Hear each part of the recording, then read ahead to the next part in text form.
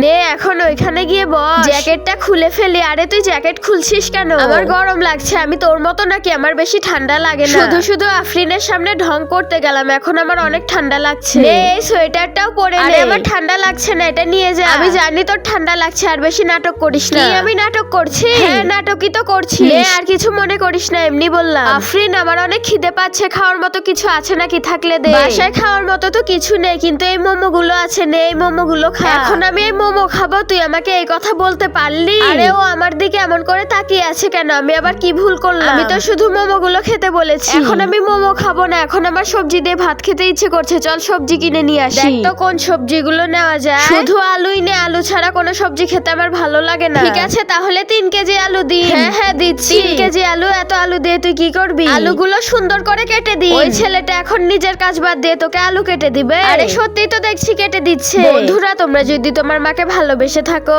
আর এই ছবিটিকে সুন্দর মনে করে থাকো, তাহলে ভিডিওতে একটি লাইক করে চ্যানেলটি সাবস্ক্রাইব করে দাও।